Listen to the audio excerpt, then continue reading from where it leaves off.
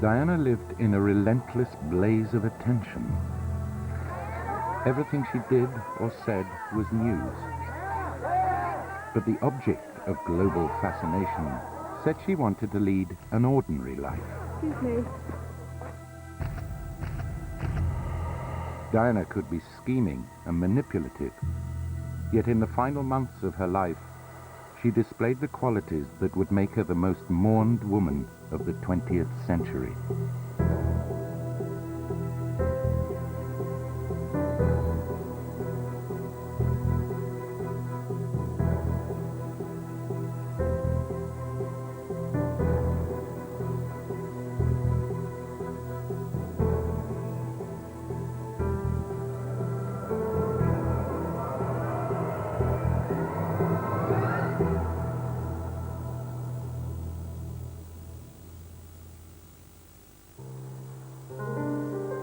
In March 1995, Diana enjoyed a long weekend in the French capital.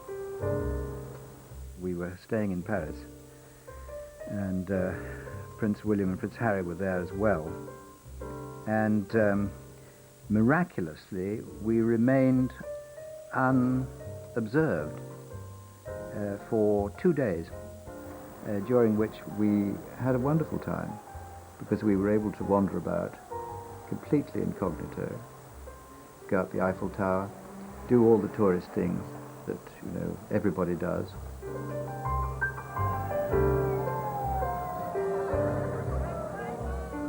But after 2 days, the press spotted us. We were having breakfast at a wonderful shop called Dalloyau, and the princess insisted on sitting in the window, and sure enough there were 2 members of the press outside. And she shut the curtains so they couldn't see her. And then finally she drew back the curtains so they could see her.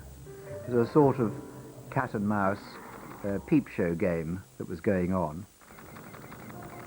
For years, Diana had been protected by royal bodyguards. But she said she found their presence intrusive and wanted to get rid of them. People like me always told her, don't be ridiculous, look what happened to Greta Garbo. You don't want to wind up in a headscarf hiding in doorways in Manhattan. There is no way, you know, you should not dispense with the protection officers. But Diana was determined, and so instead of close protection, she got close-up photography.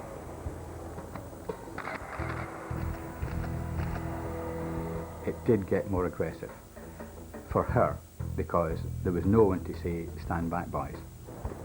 And there was no one with that little hint of authority in her voice to make sure that if you didn't stand back, you were going to have your collar filled. My God, the prices of the pictures was going through the roof. If Princess Diana is going to be photographed getting a bargain ticket, what else can we get? So suddenly, sitting on the Princess Diana's tail for 24 hours a day, 7 days a week, became very much worth it. There was one photographer in particular who used to really speak to the princess in a most appalling way. He talked about her as the loon, meaning she was crazy. The photographer who coined the phrase was Mark Saunders. As an in-joke, you would say, is it a loony lunch? Which would mean, what's the situation? Is it all clear today, or is she in a bad mood? And if the answer was, yep, it's Looney Tunes, that meant keep a low profile. It was genuinely a term of endearment, a laugh, an in-joke. She got into a taxi and put her head down between her legs. And one of the Spanish photographers said, why don't you put your head up and start acting like a princess? And I myself, as a photographer, was part of that. And that's certainly not something I would look back on with any sort of pride.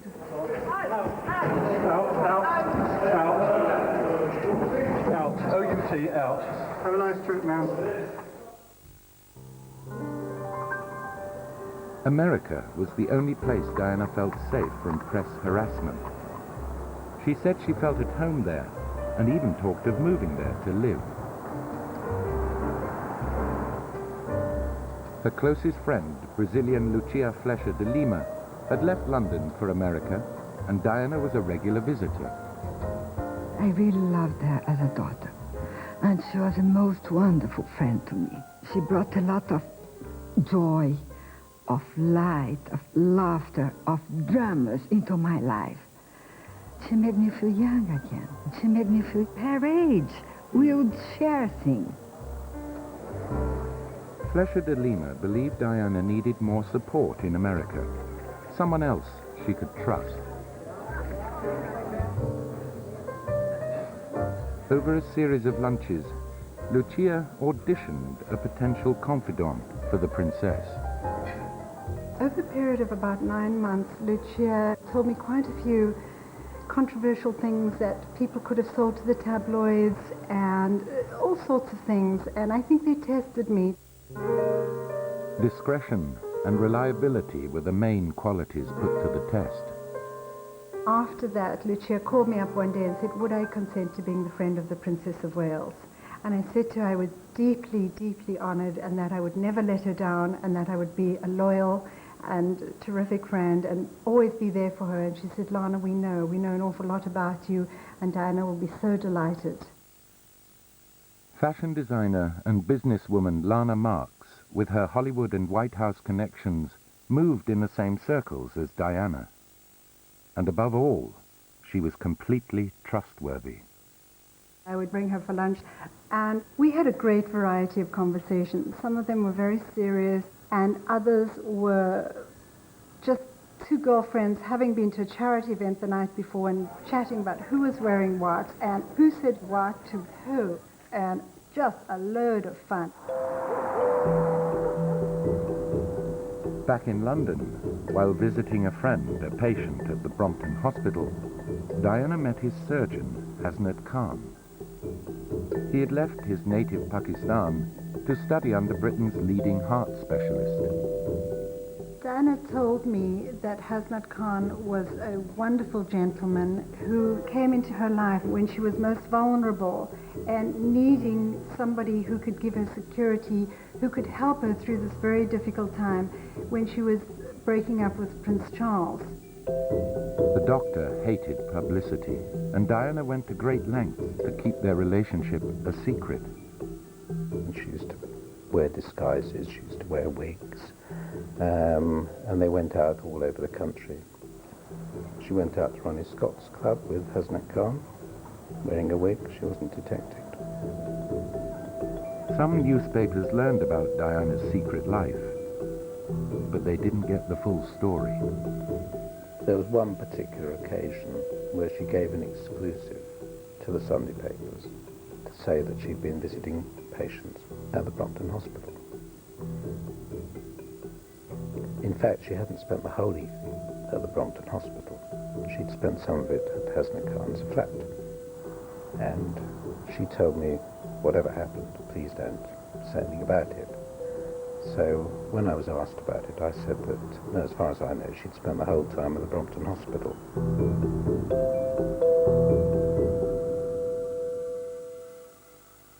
Diana was in the midst of difficult divorce negotiations. She wanted the press on her side. So she hired a media advisor. I'm absolutely delighted. I think it's going to be very difficult, but very good and hard work. The situation when I arrived there in January '96 was that most of the journalists themselves didn't believe what she was saying, didn't trust, the messages that were put out, because she had tried to manipulate them too often. Together, Diana and Atkinson launched a charm offensive on editors and writers. Chatting with Diana was a revelation because she was very candid, surprisingly candid. She called Buckingham Palace the leper colony, and if you wanted to know what she thought about the Queen Mother, she called the Queen Mother the chief leper in the leper colony. Diana went beyond nasty nicknames with Tiggy Leg Burke, the nanny Prince Charles employed to look after his sons. When Tiggy was spotted pouring champagne for Prince William at a school picnic, Diana instructed her office to brief the press. We ran a story about what the princess had said about Tiggy Leg Burke. And the next day she went completely potty and said, "I never said that."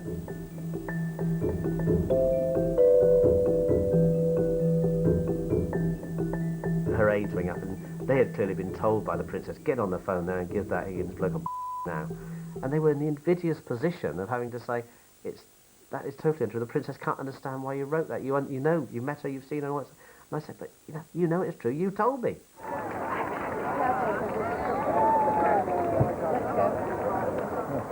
3 months into the job, I realised that it was not perhaps as easy as I thought it was going to be. My client was far more mercurial than I had thought. Diana's work with AIDS sufferers had established her reputation as a humanitarian. She agreed to open a new AIDS clinic, but then she met Aileen Getty, the daughter of the American billionaire John Paul Getty Jr. I got into the department and found a message to say that Diana had decided that she was going to bring Aileen Getty. Now, Aileen Getty was a high-profile American with HIV and AIDS who had just hit London, was travelling around every television and radio studio in the capital talking about HIV and AIDS, had latched on to Diana. Diana was bringing her and Aileen Getty's entourage. She, through meetings with Aileen Getty, was persuaded that this was a huge opportunity to broaden the objective, to draw attention to women and AIDS. So I can remember ringing up Jane Atkinson and going bananas down the phone, sort of saying, "It's not a zoo. She can't just bring all these people in. These are patients that we're dealing with." And he was very angry, and he did shout at me down the telephone as to how I could have allowed this. And so I told him to speak to her directly. Diana came on and I said, "Ma'am, listen, as far as I'm concerned, it doesn't matter to me whether you come or not, okay? It really doesn't matter, but I'm not having you treating us in this way. I'm quite happy to call it all off now." She said, "Oh, Michael, you must trust me. It'll all be all right." Anyway, she arrived, and we had got the whole thing worked out. Aileen Getty would be sort of taken by one of us, sat at the back of this room, Diana sitting in the front. I got up, having sat next to Diana, and Diana went like that to Aileen Getty. Aileen Getty came from the back of the room to the front of the room. The princess motioned Aileen to sit very close to her. She held hands with Aileen all the way through, and that was the photograph that got used.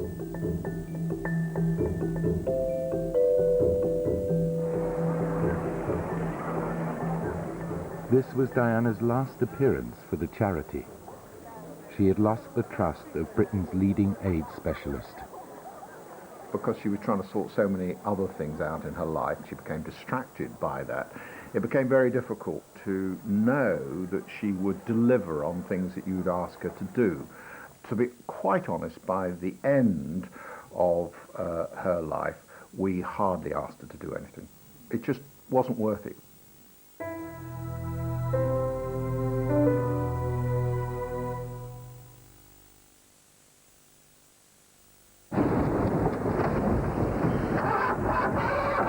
Always doing this.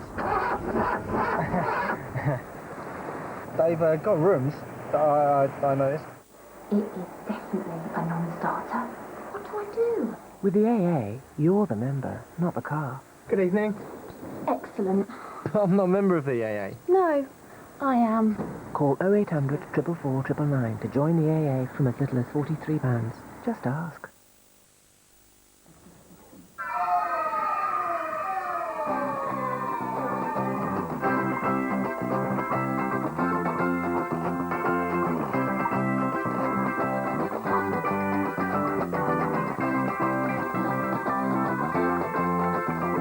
Real difference to a child's life and to yours. For a free booklet on careers working with children and young people, call 0800 99 6600.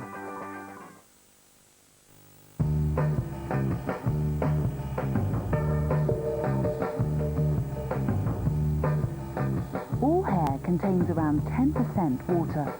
Water that's essential to keeping it beautiful. Now Dove has made a completely new moisturising shampoo. It moisturises hair deep inside and keeps it bouncy and softer than ever before. New Dove shampoo for unbeatable moisturisation.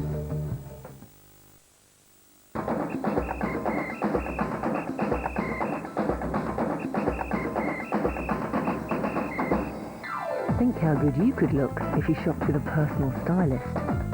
InStyle magazine constantly talks to top celebrities and the world's leading stylists who make them look great. So you can use their advice, tips and secrets to find out what works for you and your personal style. InStyle, your own personal stylist. Hey baby, it's DFS. A little bit of comfort for your mum. A great new sofa for your bum. A little tiny price of $3.99. A little bit of got to make you mine. A little bit of snoozing in the day. A little bit of room for friends to stay. A little bit of leather luxury.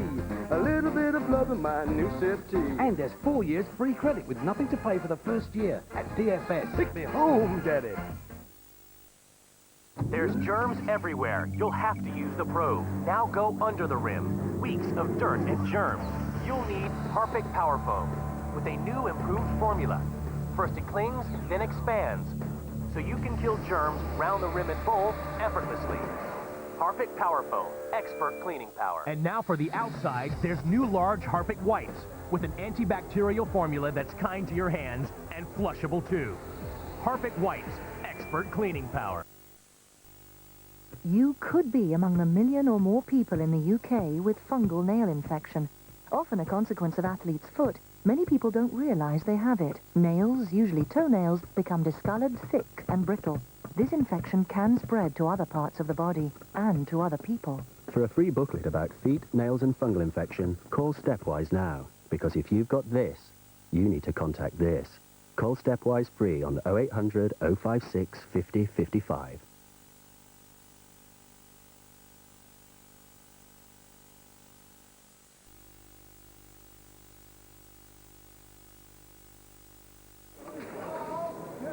In July 1996, the divorce was settled. The removal of Diana's title, Her Royal Highness, sparked massive press attention. A day later, she cut her ties with 100 charities, keeping only 6. Diana had been planning her move for months. I don't think that I and her staff ever thought there was a good time for her to do it. We always knew that it was going to be a negative media story. She tried, I think, to do it as a story which would give her some sympathy for losing the HRH title. Some newspapers followed Diana's line, but most didn't. She was very angry because the media had been very negative to her. And I explained that I had only answered the questions in the way that we'd agreed.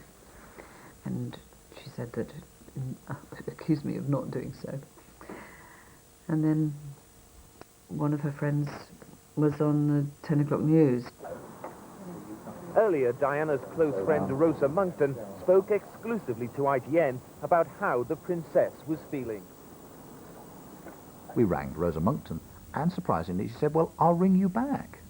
I thought, oh, there's only one thing happening there. She must presumably be going to check with the princess. She did ring back quite quickly. I think it was about 10 minutes, quarter of an hour, and agreed to do the interview. She would like to be much more in the front line, I suspect, with fewer charities and do a lot more. When I rang the princess and asked her if she knew her friend was on the news, she said, no, she didn't know, but you can't, I think her words were, you can't always stop your friends talking. But then I discovered afterwards, her friend had actually talked to the princess about it. So it was, you know, it's impossible for me to do my job in an environment like that, and I came quite clearly to see that. After only 8 months, Jane Atkinson quit, the latest in a series of advisors to resign.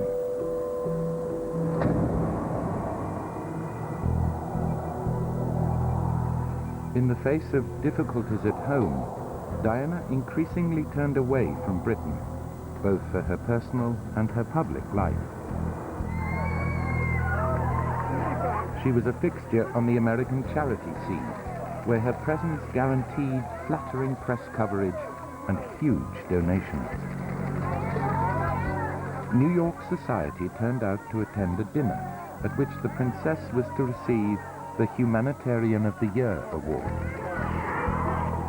There were any number of celebrities in this town who actually had offered to up their donations. I mean, there's one gentleman who offered to up his donation from, he used to buy a $10,000 table at our dinner, and asked if he could donate $50,000, but the caveat was that he had to sit next to the princess on the dais, which we declined actually. The evening wore on, and Dr. Kissinger gave the princess her award, and what she talked about was not herself or the organization, but what it meant to be a volunteer.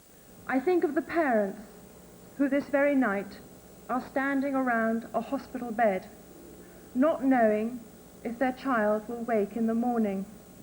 And a woman actually who was sitting in the audience somewhat near me, much to my dismay, actually yelled out to her, "Where are your children, Diana?" At that moment, a hush came over the crowd, and she simply looked to the back of the room and said, "At school." And proceeded on with the rest of her speech, for which she got a standing ovation. Diana's grace under pressure was one reason she was such a solid gold fundraiser. In a jaded world, you're always looking for somebody that's just trying to go out and make a difference. Our average dinner probably averaged $1.2 million. That night, our dinner was $2.2 million. And we've never come close to it since, nor do I expect to. Diana could generate charities an extra $1 million an evening, but she wanted more, an official role. She approached the Prime Minister, John Major. Diana wanted to be an ambassador to the United Kingdom. She invited John Major to discuss it with him, and he agreed it would be a good idea. Shortly after their discussion, Diana attended a meeting of Centrepoint, a charity for the homeless, to make a speech. She had a huge goggle factor. You know, people wanted to see her, and that in itself meant that she could head up an organisation like Centrepoint. I'm appalled at the dangers young people face on the streets and how vulnerable they are to exploitation. Diana shared the platform with an opposition MP, the Shadow Home Secretary, Jack Straw. She found herself at the centre of a political storm. It became a huge furore. It was talked about in the Houses of Parliament, and Centrepoint's name was, we'd politicised the royal family, apparently, by actually getting us to talk about youth homelessness. Well, over now to our political editor, Michael Brunson. Michael, is there some anxiety that she's something of a loose cannon? There's a great division tonight among Tory MPs and among some Labour MPs too, and Liberal Democrats as well, about exactly how the Princess is going to go forward from this point onwards. Just 2 days before, the Queen had discussed Diana's ambassadorial role with John Major. He had to get permission from the royal family, and they blocked it. And I was there on the morning that she got a fax saying that unfortunately she couldn't be an ambassador to the United Kingdom. And she was absolutely furious. She was really, really cross. She started screaming and said, "I can't understand why they treat me like this." But Diana would not be thwarted. When she learned the Red Cross was conducting a worldwide campaign to ban landmines, she asked if she could visit Angola, the most mined country in the world. She did call me to say, what should she wear? I have to say I found that highly amusing, as even my wife wouldn't ask that question of me, but I told her what I was going to wear. I mean, chino trousers and an open neck shirt, and that the staff with me would be wearing the same kind of thing, because we were going into some pretty dirty, some pretty awful places. The welcoming party included experienced war reporters. I was very cynical about Diana, and I thought the trip was important because I'd worked a lot as a correspondent covering the issue of landmines in Mozambique and Angola, which her trip was meant to highlight. But I just saw it as a big publicity stunt, another chance for her to be photographed in front of victims looking beautiful. It's an enormous privilege for me to be invited here to Angola in order to assist the Red Cross in its campaign to ban once and for all anti-personal landmines. Diana's call for a worldwide ban upset a member of the British government. Once again, she found herself at the centre of a political row. Ma'am, the government minister's home has said you're a loose cannon by supporting this campaign. Do you have any reaction to that? Well, Jenny, I'm only trying to highlight a problem that's going on all around the world. That's all. Her reaction was really one of astonishment. I mean, why is this being said? Why are people wanting to do this? What do I have to do? So that was... Oh, I might really make you burst into tears now. Don't worry. Who said I'm a loose cannon?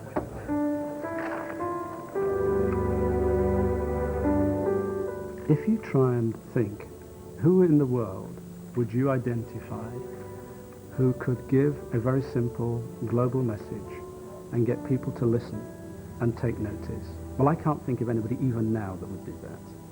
Not a single individual. And she did it on that visit without any question whatsoever. Diana's visit increased pressure on governments to sign up to a worldwide treaty banning landmines.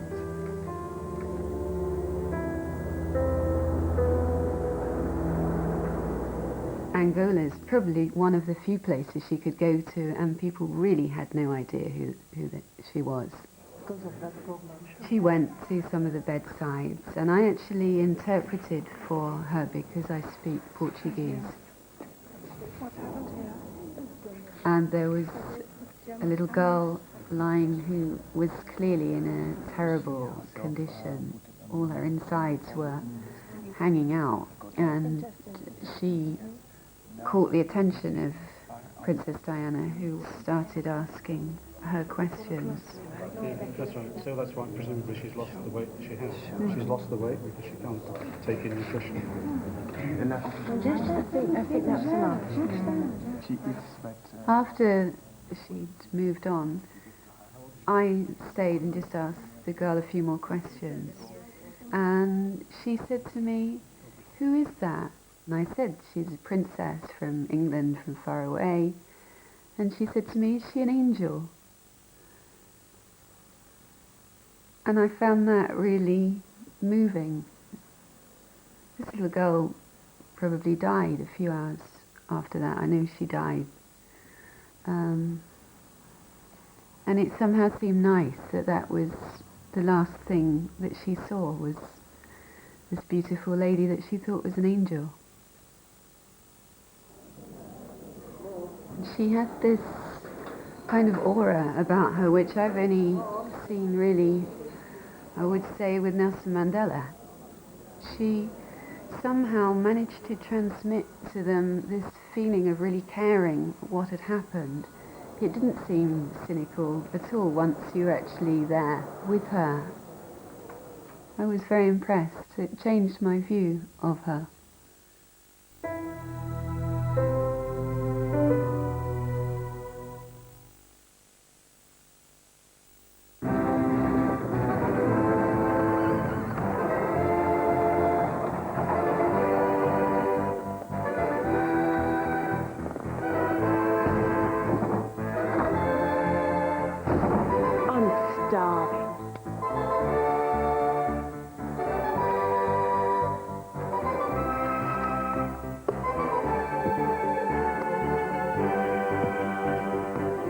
David, these are a bit special.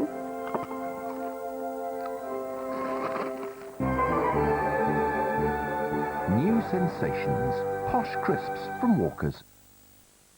Day after day, your dishwasher accumulates grease and limescale. Finish Dishwasher Cleaner eliminates them. And a cleaner dishwasher means cleaner dishes. Constipation? Take Senecot for gentle relief when you wake. Go on, enjoy your day. Senecot, natural relief for a brighter tomorrow. Bedtime, darlings.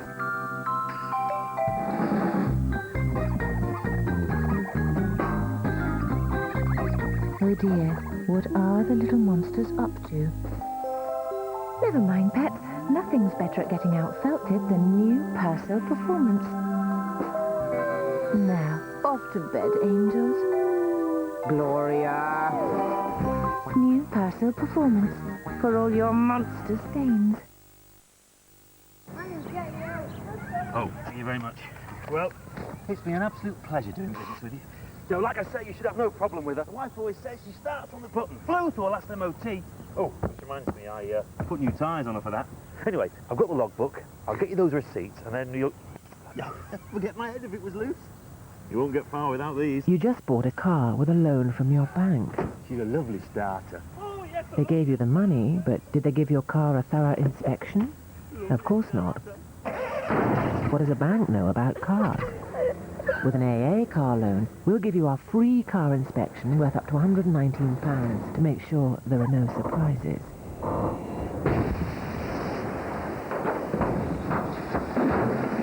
And we'll offer you a most attractive 8.8% APR on our most popular loan. Phone 0800 123 123 for car loans from car people. Just ask.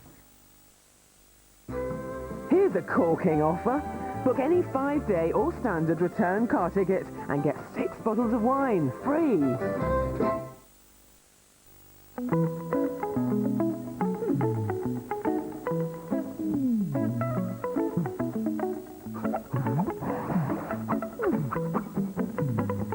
Nothing is more comfortable than Charmin Comfort.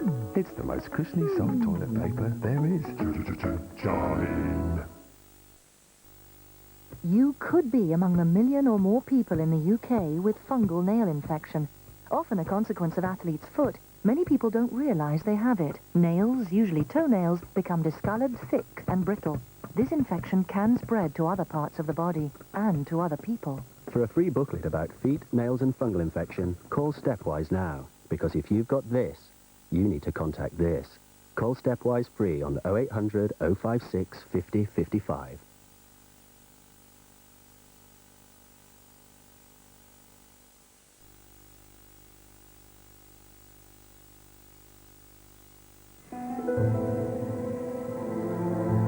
In May 1997, Diana arrived in Pakistan.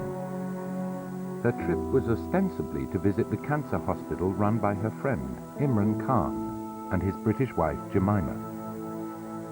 But her real reason was to meet the family of her lover, Hasnat Khan. I think she would have come anyway, but also I think she felt that it was a good chance, a good opportunity to meet Dr. Hasnat's family. She'd been involved with him for 2 years, and Princess Diana wanted to marry him. And she really, she had decided that he was the man. But Hasnat's family were divided, and he refused to commit to Diana. She went from great joy to great despair. Sometimes she said, "Oh God, it's never going to work. He doesn't want to see me anymore." I had it in my mind that I was going to talk to him, because having, married someone from outside my culture, maybe, if there was something that could be cleared, or if there was some advice that could be given, maybe I would be able to help.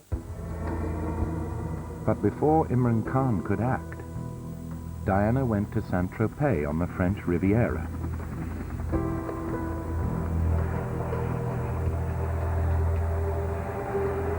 She'd been invited to the home of the Egyptian businessman and owner of Harrods department store, Mohammed Al-Fayed.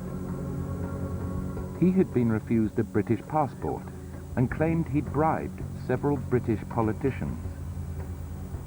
Diana arrived on the 11th of July, followed a day later by the press.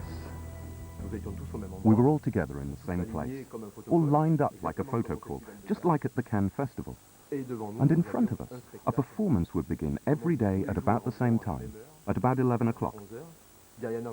Diana jumping in the water, diving, jet skiing, in a swimming costume, not hiding herself, right in front of us. Well, the whole thing was just extraordinary, I can tell you. I'd never seen anything like it. She came over to our boat determined to have a say. I remember she saying, no photographs, and she said, first things, how long are you to be here? And told her, and she said, you know, I didn't want to live abroad like my boys want me to. And I thought, oh God, you know, we're going to drive this woman away. And then she did an amazing thing. She went to the edge of the jetty, did a most beautiful dive into the sea, and swam around, laughing, and as though she was having a wonderful time. It was one of the most bizarre things. Diana's show for the cameras coincided with the 50th birthday party of Camilla Parker Bowles. Camilla Parker Bowles heading for her birthday celebrations at Prince Charles's Highgrove home. A party going on now, of which there'll be no attempt to keep secret the loving relationship between Charles and Camilla. Diana told me at the time that she was really hurting about this. It did affect her. I think it has more to do with her hurting inside and showing that she was having a good time. That same day, Al Fayed summoned his son to join the princess. Dodi Al Fayed was a 42-year-old part-time Hollywood film producer. The photographers mistook him for a bodyguard. In Saint-Tropez, one restaurant owner welcomed the group.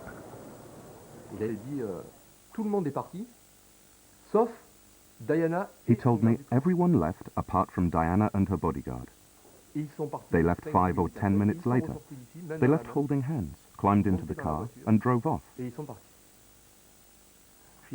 said, with her bodyguard? He said, well, yes, with her bodyguard. After all, she's a grown woman, and if she wants to go out with her bodyguard, then she can do as she likes. Diana returned home to a watershed meeting with Hasnat Khan. Diana told me that her relationship with Hasnat Khan was not going to go any further. And she said, I can't just sit home at Kensington Palace, Lana, and watch the four walls. I'm a young person. I need to get out. At the end of July, Diana went back to the Mediterranean. Only this time she was on her own with Dodi Al Fayed. Here was a gentleman who was giving her a very good time. He was attentive. She was having a lovely summer in beautiful circumstances in the south of France. Dodi Al Fayed was simply a rebound situation.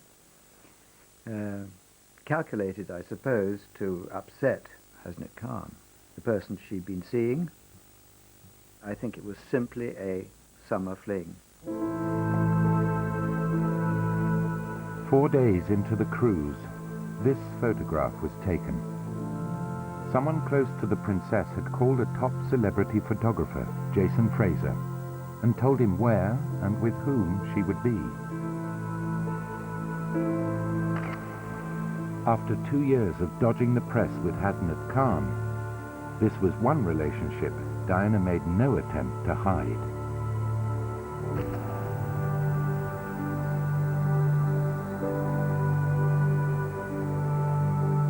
During the cruise, Diana was called by Lana Marks.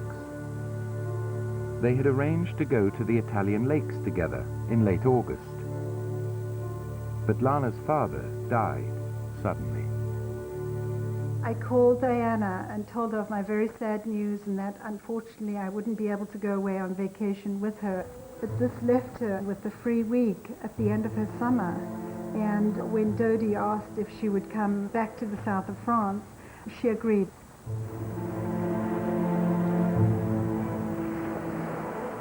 As Diana and Dodi cruised around the Mediterranean, Jason Fraser was once again tipped off about their whereabouts.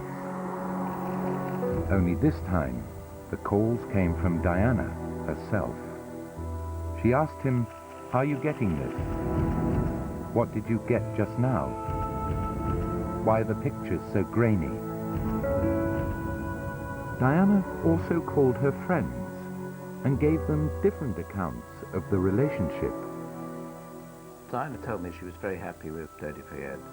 I think she felt that she might have found a new family, and that's something that she always missed, family life. I think she could have got married, and it could have been the fairy tale ending that she wanted.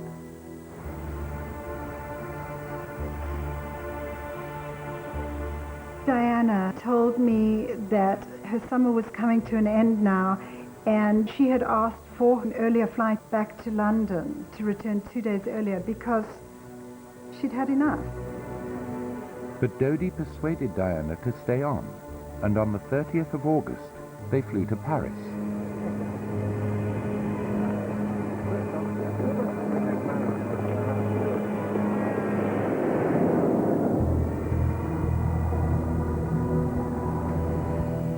The couple spent the day in frenetic car journeys across the city.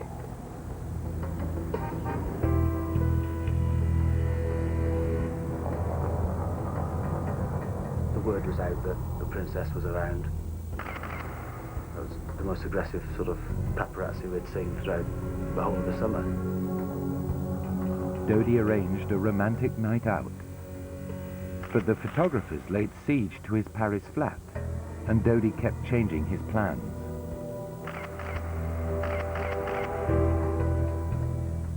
When we left that evening, myself and Kes still didn't know the venue that they were leaving to. You know, tempers were getting a bit short. It was very close that somebody was going to get injured.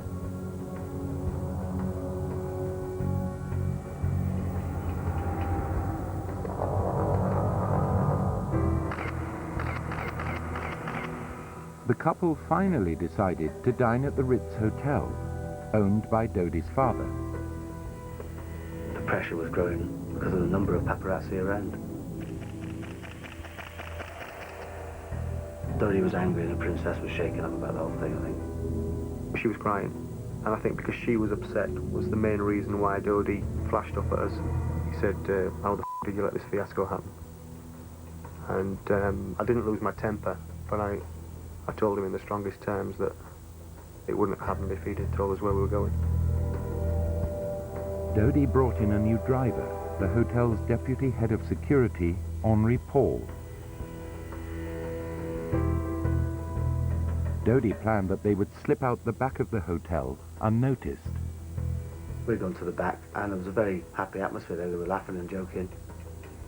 We walked out on Henri Paul, went to the driver's side and changed seats with the person who brought the vehicle around. According to the subsequent French investigation, Henri Paul was drunk.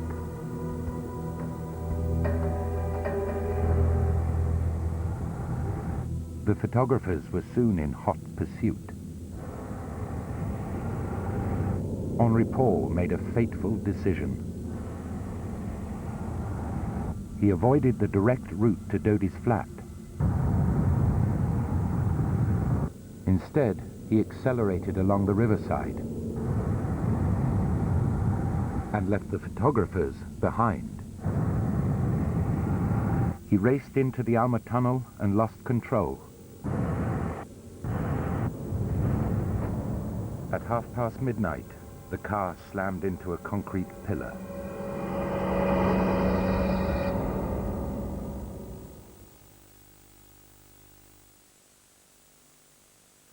Oh, there's one, sir. Have another go. Nearly. Oh, unlucky. Go on. Oh, bad luck, sir. Need glasses? There's 25% off all frames, lenses, varifocals, bifocals, thin and light, polarizing lenses, tints and coatings at Specsavers summer sale. Walk into the village sale and prepare to be inspired. You'll very quickly discover just how affordable style can be. And because we only reduce prices, never quality, everything comes with a free 5-year guarantee. So walk into the village sale now, because you'll really like what you find. Constipation? Take Senecot for gentle relief when you wake. Go on, enjoy your day. Senecot, natural relief for a brighter tomorrow. Sure Roll-On is designed to work with the contours of your body. Sure, it won't let you down. The first time ever I saw your face. McLean's 40 Plus. Specially formulated to help slow down the aging effects on your teeth and gums. New McLean's 40 Plus. Slow down time. Look at that. What's that? It's your little brother. And look, you can see everything, even his heart. So you have 2 hearts beating inside you? That's right. So Mum needs to keep looking after us. How? Oh, little things. Little things like bite-sized shredded wheat, made from whole grain, could help keep your heart healthy. How did he get there? Love your heart with bite-sized shredded wheat. And if you like honey and nuts, why not try deliciously Moorish honey nut shredded wheat? It could help keep your heart healthy. There's germs everywhere. You'll have to use the probe. Now go under the rim. Weeks of dirt and germs. You'll need Harpic Power Foam with a new improved formula. First it clings, then expands, so you can kill germs round the rim and bowl effortlessly. Harpic Power Foam, expert cleaning power. And now for the outside, there's new large Harpic Wipes with an antibacterial formula that's kind to your hands and flushable too. Harpic Wipes, expert cleaning power. Day after day, your dishwasher accumulates grease and limescale. Finish Dishwasher Cleaner eliminates them. And a cleaner dishwasher means cleaner dishes.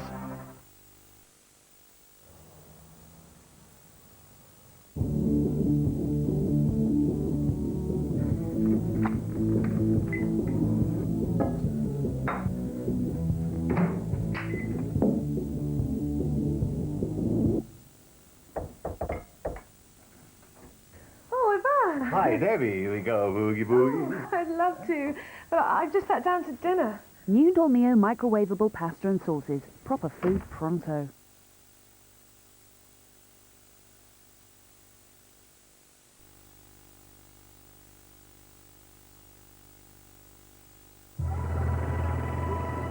French police say Diana, Princess of Wales, has been seriously injured and her companion Dodi Al-Fayed killed in a road accident in the French capital, Paris. The driver of their car... Dodi and Henri Paul died instantly. Diana and Dodi's bodyguard, Trevor Rees-Jones, were grievously injured. The French Interior Minister and his aide were waiting at the hospital when the ambulance carrying Diana pulled in. The minister was on one side and I was on the other.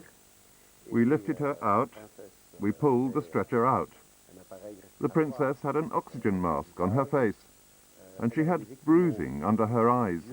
And at that time, of course, she was still breathing. At 4 in the morning, the doctors emerged from the operating theatre. En fait, je comprends quand les... I realized what was happening after 2 hours. The doctors who were trying to revive her, the emergency team, the heart specialists, they came out. Then I knew it was all over. He gave a little sign to the minister, and the minister went out. I followed him, and he said to the minister, "She's dead."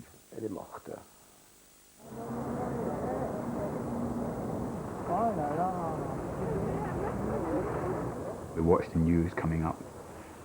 It seemed to strike everybody connected with it. I had photographers, too stunned to speak on the phone. I had a little girl come in. I'd phoned someone and got a girl to come in and help me on the desk. She was useless. Poor girl just cried for 5 hours.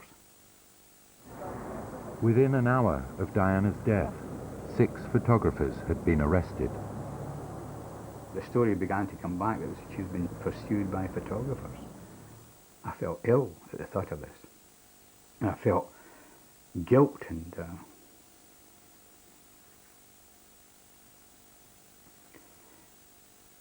sadness. At Balmoral, the royal family were thrown into turmoil. I was told by 2 sources, one royal, one ministerial, that there was a tremendous breakdown between the Charles camp and the Queen's camp. The Queen did not want Diana's body to go to any royal palace, royal chapel. She wanted it left at an undertaker's. Charles, driven by the boys, wanted a proper royal send-off and all the protocol to kick in. The whole thing deteriorated into the most appalling slanging match, which at one point found Charles shouting at Sir Robert Fellows, Diana's own brother-in-law, the Queen's secretary, "Why don't you just go and impale yourself on your own flagstaff?" Extraordinary phrase. And another royal official saying, "Well, what would you rather, ma'am, that she be taken away in a Harrods van?" 8 hours after Diana died, the royal family set off for Sunday church. As always, since the divorce, Diana's name was left out of the royal prayers. Outside Buckingham Palace, the first signs of the extraordinary public reaction to Diana's death.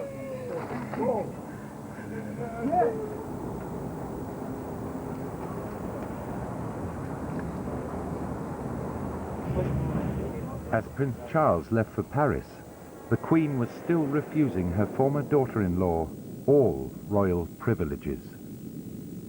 The row continued even while Charles was in the air, because denied royal protocol, he now had to find some way of getting all the things which protocol would normally have provided. What kind of a coffin, provision of flowers, guard of honor, flags, all the rest of it. And he was now having to call on the government, and there was effectively an open line from the flight deck to number 10.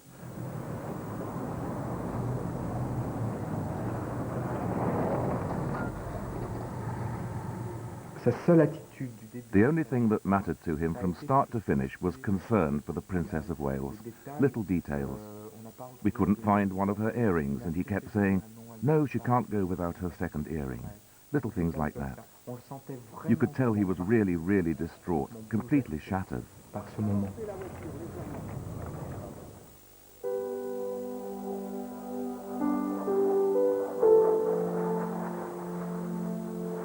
There was still a row burning as the plane was coming back as to where the body was actually going to go. The Queen pretty sure now that she'd got her way and that it was going to go straight to the Fulham Road undertakers, and Prince Charles determined to get it to St James's Palace to lie in the Chapel Royal there. The government was being asked to provide for both eventualities. But in the end, Charles got his way.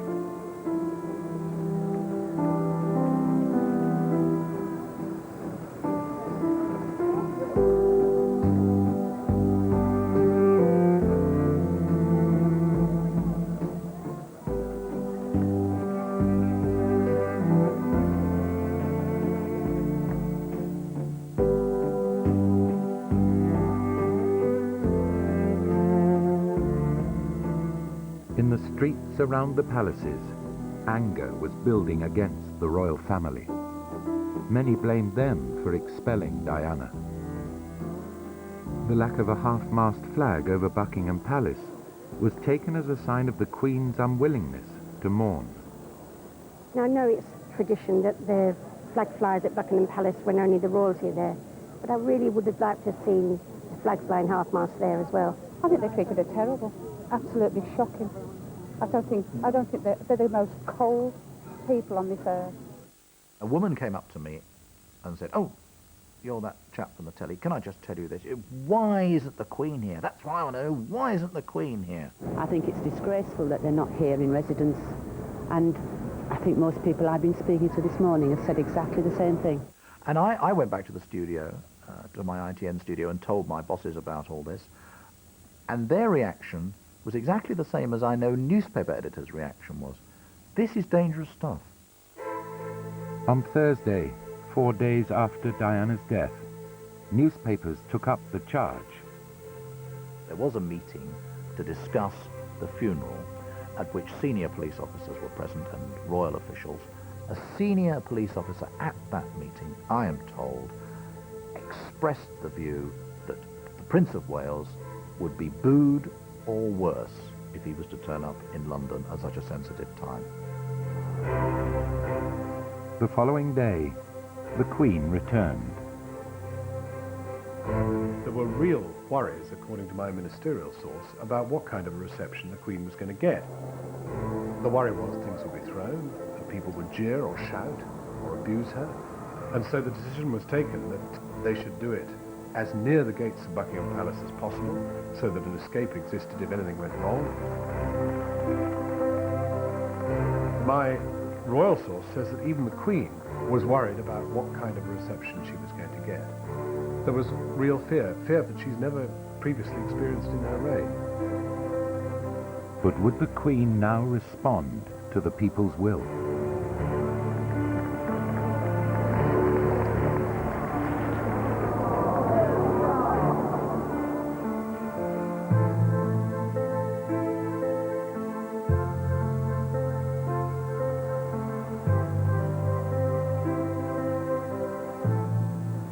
I want to pay tribute to Diana myself. She was an exceptional and gifted human being. In good times and bad, she never lost her capacity to smile and laugh, nor to inspire others with her warmth and kindness. I admired and respected her for her energy and commitment to others, and especially for her devotion to her two boys.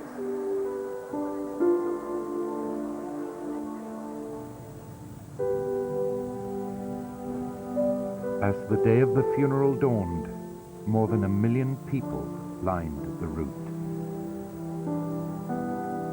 I'm picking my way through these crowds and bumping into this friend of mine who I'd not seen for a good few months, and always thought he was a bit of an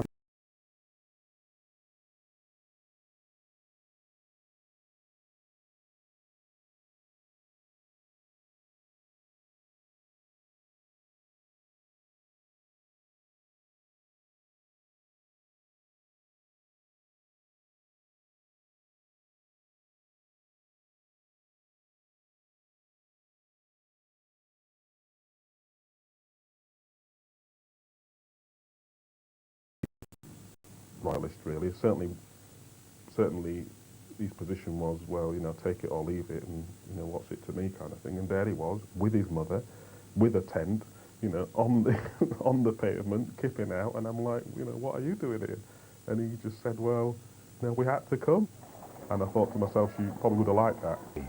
Breaking with royal tradition, a flag flew at half-mast over Buckingham Palace.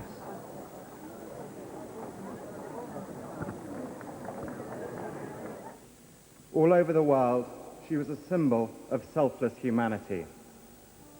A very British girl who transcended nationality. Someone with a natural nobility who was classless, and who proved in the last year that she needed no royal title to continue to generate her particular brand of magic. The applause